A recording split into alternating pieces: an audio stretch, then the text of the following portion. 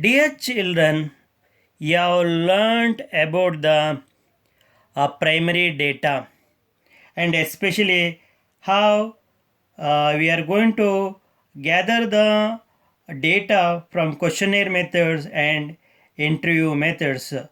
So I explained by taking the example, especially about questionnaire method, interview method, and also I have given the advantage and disadvantage in both questionnaire method and interview method.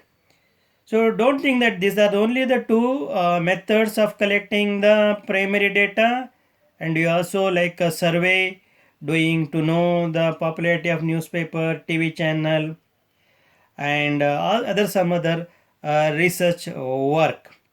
So let us learn about the secondary data.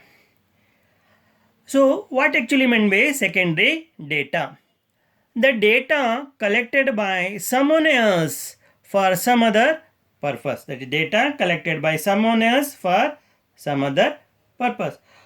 For example, if a census about the population was done last year, so while doing census, they collect the different information about the financial status, education, age, sex, etc. And the data from the last year census so is used to analyze the impact of education on career choice or earning. See here, they are not going to do fresh census. The data from the previous year's census data is collected to analyze the impact of education on career choice or earning. So this is one of the example for secondary data. Again, next, data collected from internet for doing any project work by student. So internet becomes the a big source for secondary data. Any informations so you can get in from the internet to do any project work. So the data collected from internet for doing any project, because already the data is collected, so it is there in the system. Again, the people or student are collecting the data from the internet, and that becomes the secondary data.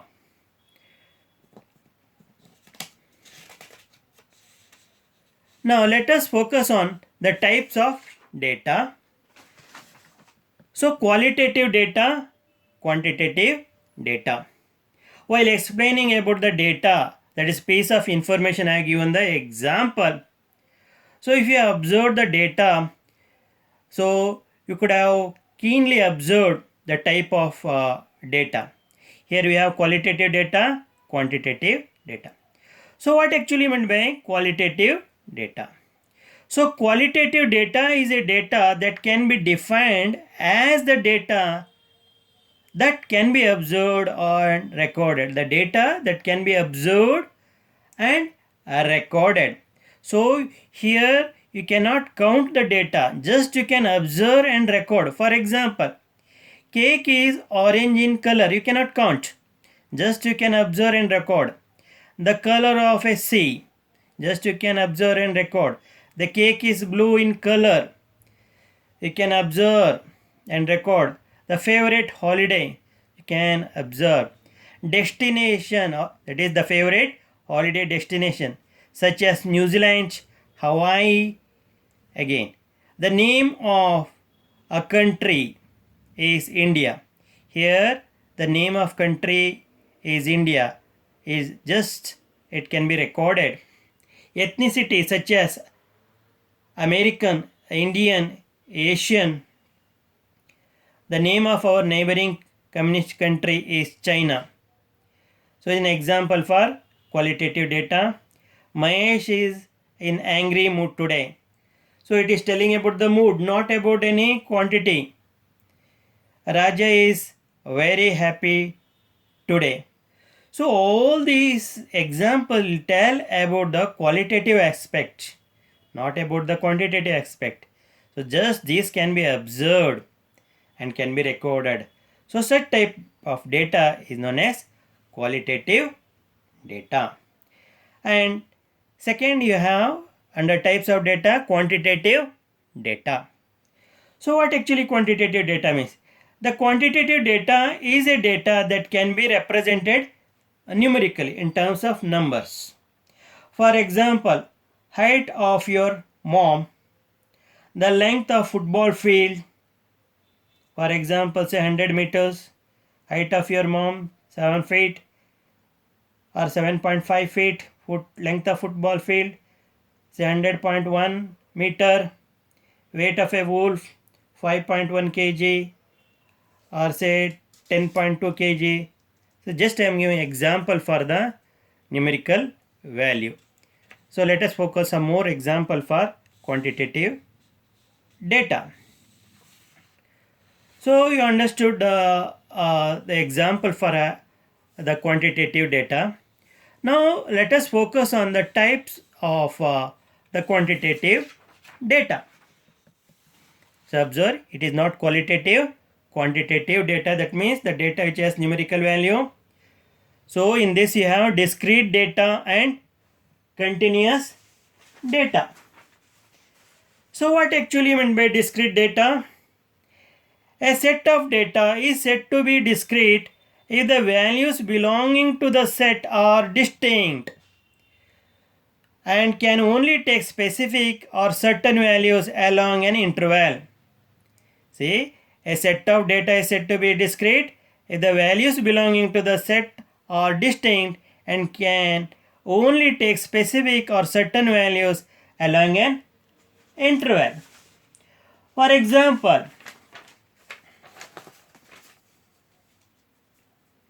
a survey to find a number of students in different classes can produce values that are whole numbers. So example, 30 students in a class. It cannot be 30.2, only 30. That means, so it can take specific values. So for example, I am giving number of people attending the concert. It may be 50, 40. So we can count that and tell specifically. Specific value can tell how many people are attending concert. We cannot say 40.2, 40.32 like that. Number of pages in a book. We can tell the number of pages in a book. That is a specific value. And the number of eggs in a basket. We can count and tell. We cannot say 30.5, 40.2 like that. You can exact number we can tell. Number of kids in a class we can tell certain value. And a number of Facebook likes we can tell how many number of Facebook likes. The number of wins in a season, maybe in any game. Number of votes polled in an election. So they all produce here whole numbers. The number of students in a class, the number of workers in a company, number of parts damaged during transportation, the number of languages an individual speaks, the number of sets of questions you answered correctly. So here they produce the specific value. They produce only a specific value. So discrete data can only take a specific value. And remember, all the values are not restricted to specific values. Then the data which are not restricted to specific value, what can we call? Such data can be called as a continuous data. Here see discrete data. So we can count this discrete data, but here in continuous data that can be measured. Example, before giving example, let us understand what actually you meant by continuous data. So continuous data means the continuous data is a data that can take any value at any point along an interval. It can take any value at any point along an interval. For example, time about the sprinter in an athletic event. Say he is running 100 meter, the time taken may be 10.2 second. If you have stopwatch, if it is accurate to 2 decimal, you will get 10.23. Even more accurate time may be like this: 10.228 seconds, 10.2284 seconds, 10.22839 seconds, and so on. Here the data can take any value within a given range. So it can take any value within a given range, unlike discrete variable where it can take only specific value. But don't be under impression that the data in the form of decimals or continuous data examples. For example, if I say the temperature recorded at 12 noon in Tumkur city is 40.1 degrees Celsius at particular time, if I give 12 noon, so 40.1 degrees Celsius, I cannot say it is a continuous data. Particular time I given and exact temperature again 40 point, and it becomes a discrete. Now let me give some more example for continuous data. The mass of a baby in kg. So if I say 3.2 and still if you measure accurately 3.26, 3.28 like that. So it takes the value within a range. The shoe size of students in your class. It is not specific. It takes value in a given range. Say 4.2 centimeter, 4.3 centimeter, 4.7 centimeter. The temperature of midday. So it can be 30.5, 30.56, 30.7 degrees Celsius, etc. So it is going to take any value in a given range. The speed of cars passing through a school. It also you can see the speed taking different values in a given range. Say 40.1 kilometer per hour, 50.2 kilometer per hour, 50.3 kilometer per hour. The wingspan of a species of a butterfly in millimeter. Say 2 millimeter, 2. Again specific 2.1 mm, 2.3 mm, 2.4 mm like that. The volume of water in a drinking bottle, say 100.1 cc, 100.280 cc like that.